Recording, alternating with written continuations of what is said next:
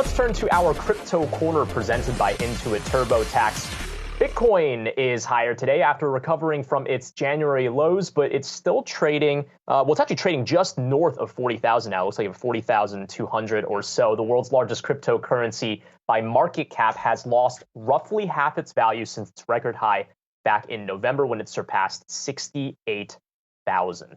So our next guest, though, says a key test for Bitcoin could be on the horizon. So to discuss more, Fundstrat Global Advisors Managing Director and Global Head of Technical Strategy, Mark Newton, joins us live from Connecticut. Mark, great to have you on the program this morning. Give us a little bit more of the outlay for what we should expect from Bitcoin. Do you expect it to go lower?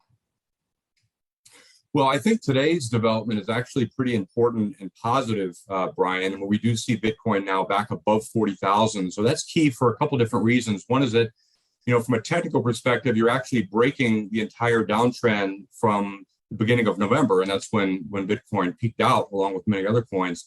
We have seen sentiment get pretty washed out in the last couple of months, but now you're seeing evidence of the retail trader gradually starting to put more money back to work.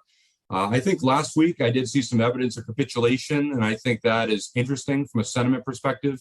So, my own cycle studies suggest that the larger low happens sometime this spring, but I think, many coins are doing very, very well today, and it looks to be an important short-term move. Mark, I know, we always need to be cautious about calling any kind of correlation when it comes to crypto, but it does feel like Bitcoin's really been trading in tandem with equities. Every time we see a big sell-off, a risk-off, it sort of moves into the crypto space as well.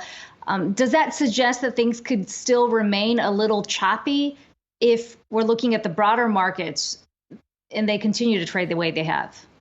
Well, I think choppy is right. I think we're in a new era of volatility. And when you look at Bitcoin, we topped almost exactly on the same day as the broader equity space. And I look at the value line geometric, which is 1,700 equal weighted names, and that peaked out on November the 8th. And that's precisely when most cryptocurrencies did. And so then we recently, in the last week, we've seen a lot of evidence of stabilization. The final week of January saw some good evidence of that trying to bottom out. So right now, we seem to be moving, lockstep with what's happening with equities, and we've seen a little bit of a recovery now in the equity market. So, I think that is a short-term positive for crypto, in my view, over the next 4 to 6 weeks.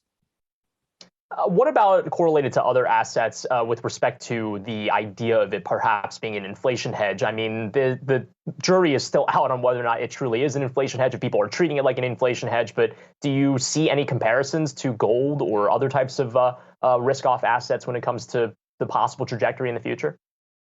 Well, certainly not with gold. Look, these each run in their own cycles. I look at Bitcoin, and it has a pretty remarkable 42-week and 90-week cycle. When you combine those, they pinpointed the exact highs and lows over the last dozen years. They gave us peaks in 2017 and in the early part of last year in the spring.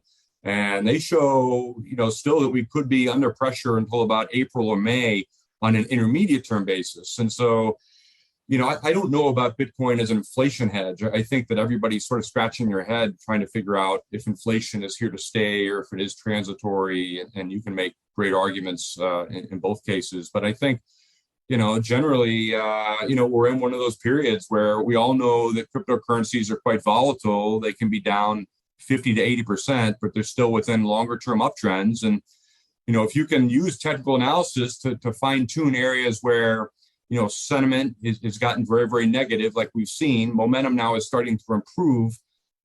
You're starting to see some retail flows back. So I think those are generally positives that suggest that on a short-term basis, we can certainly see a lift in Bitcoin in the month of February. As to whether it's long-lasting or not, my own cycle studies suggest it might be a little bit premature. And finally, Mark, there's a lot of people who are looking at their portfolios right now, trying to figure out, what that diversification looks like. In terms of allocation or exposure to crypto, what do you tell some of those clients? Is it, just given what's playing out on the equity space, is it a, 1%, 2%? How should they be looking at the space? at this camera. I think we know that we've all got our own levels of risk tolerance and how to diversify. And so that's really, really key. It's very difficult for people that have a short-term time frame to recommend they have any meaningful exposure to something that can drop 40 to 50% in a couple months' time, like we've seen in Bitcoin, and that's been the case historically. So, I don't make recommendations on allocations of a percentage. I think everybody's got their own level, whether it be 1% or 5%. Certainly, if we have more evidence that it's starting to trend up, then we can say, it's probably better to have at least a few percent of your long-term holdings in Bitcoin. I mean, it has been one of the best performing assets over time. So, you just have to be able to have your own risk tolerance and know how to deal with the volatility. And for everybody, that's a different question. Mark Newton, Fundstrat Global Advisors Managing Director and Global Head of Technical Strategy. Good to talk to you.